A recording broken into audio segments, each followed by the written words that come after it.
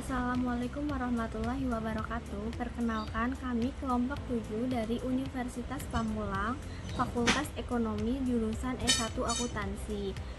PPT ini kami buat untuk memenuhi tugas Prodi Pajak Akuntansi dengan dosen pengampu Pak Sapta Setia Dharma, SE MAK. Kami terbagi menjadi 3 anggota kelompok. Saya Intan Badriah, rekan saya Afia Nur Hasana dan Angelina akan membawakan materi bertema konsep dasar dan perhitungan PPh badan terutang. Pengertian: pajak penghasilan PPh merupakan jenis pajak yang dikenakan terhadap badan usaha seperti perusahaan atau organisasi berdasarkan penghasilan yang mereka peroleh selama periode tertentu. Konsep dasar dan perhitungan PPh badan melibatkan beberapa elemen penting, termasuk perhitungan pendapatan kena pajak, pengurangan biaya-biaya, dan penentuan status perpajakan. PPh sendiri merupakan kewajiban yang harus dibayar oleh badan usaha berdasarkan penghasilan yang diperoleh selama periode tertentu. PPh badan terutang dihitung dengan mengalihkan laba kena pajak dengan tarif pajak yang berlaku. Direktorat Jenderal Pajak (DJP). Menurut DJP, PPh badan terutang adalah pajak yang harus dibayar oleh badan usaha berdasarkan laba kena pajak yang diperoleh selama 1 tahun pajak. Laba kena pajak ini dihitung dengan mengurangkan total biaya operasional dari pendapatan kena pajak. Konsep dasar PPh pajak. 1. PKP, penghasilan kena pajak, adalah dasar perhitungan PPh badan, yaitu penghasilan neto setelah dikurangi dengan pengurangan tertentu yang diatur oleh Undang-Undang Perpajakan. Rumusnya, PKP sama dengan penghasilan bruto dikurangi biaya-biaya yang diakui dikurangi pengurangan lain jika ada. 2. Biaya-biaya.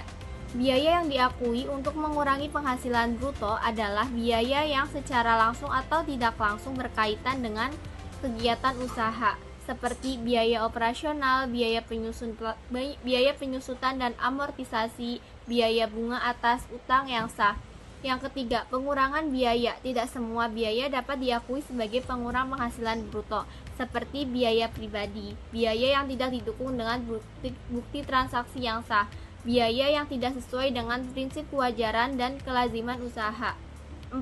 Status perpajakan. Status perpajakan mencakup kepatuhan badan usaha terhadap kewajiban berpajakan seperti terdaftar sebagai wajib pajak atau memiliki NPWP, menyampaikan surat pemberitahuan SPT tahunan secara tepat waktu, dan membayar PPh sesuai tarif PPh badan di Indonesia.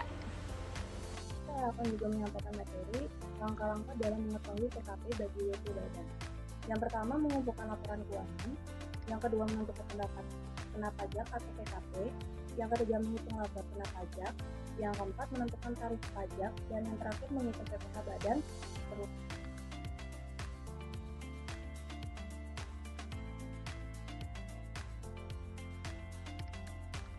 Lanjutkan materi mengenai tujuan perhitungan PPh badan terutang. Di mana tujuan perhitungan PPh badan terutang ini yang pertama sebagai kepastian hukum, di mana tujuan utamanya adalah memastikan bahwa badan usaha memenuhi kewajiban pajaknya sesuai dengan peraturan perundang-undangan yang berlaku.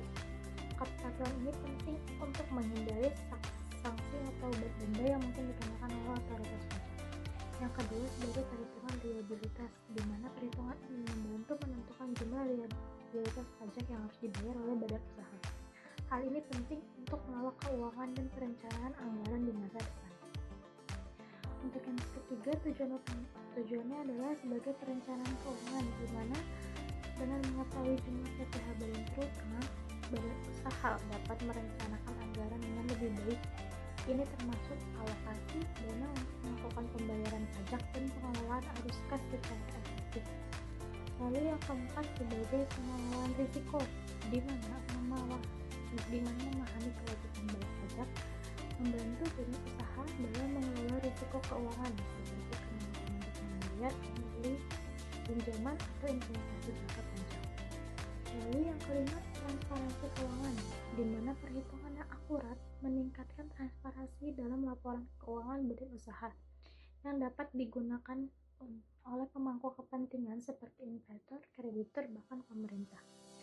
Lalu yang keenam sebagai kepemilikan dan pengawasan, di mana pemerintah menggunakan data ini untuk memantau kepatuhan perusahaan terhadap kewajiban pajak dan memastikan bahwa pendapatan publik dikumpulkan secara efektif. Lalu yang terakhir sebagai pembayaran pajak tepat waktu. Dengan mengetahui jumlah pajak yang harus dibayar, badan usaha dapat mengatur jadwal pembayaran pajak dengan lebih efisien, sehingga menghindari penundaan atau pembayaran yang terlambat. Lalu kesimpulan dari materi yang kami sampaikan adalah pajak penghasilan atau PPh badan adalah pajak yang dikenakan terhadap pendapatan yang diperoleh oleh badan usaha seperti perusahaan atau organisasi. Konsep dasar dari PPh badan melibatkan beberapa elemen penting seperti objek pajak, subjek pajak, dan tarif pajak. Untuk pajak penghasilan badan terutang sendiri merupakan kewajiban pajak yang harus dibayar oleh badan usaha berdasarkan penghasilan yang diperoleh selama periode tertentu. PPh badan terutang dihitung dengan mengalihkan laba kena pajak dengan tarif pajak yang berlaku. Sekian pajak penghasilan badan terutang sendiri merupakan kewajiban pajak yang harus dibayar oleh badan usaha berdasarkan penghasilan yang diperoleh selama periode tertentu. PPh badan terutang dihitung dengan mengalihkan laba kena pajak dengan tarif pajak yang berlaku. Sekian materi yang dapat disampaikan kelompok kami, kurang lebihnya mohon maaf. Wassalamualaikum warahmatullahi wabarakatuh.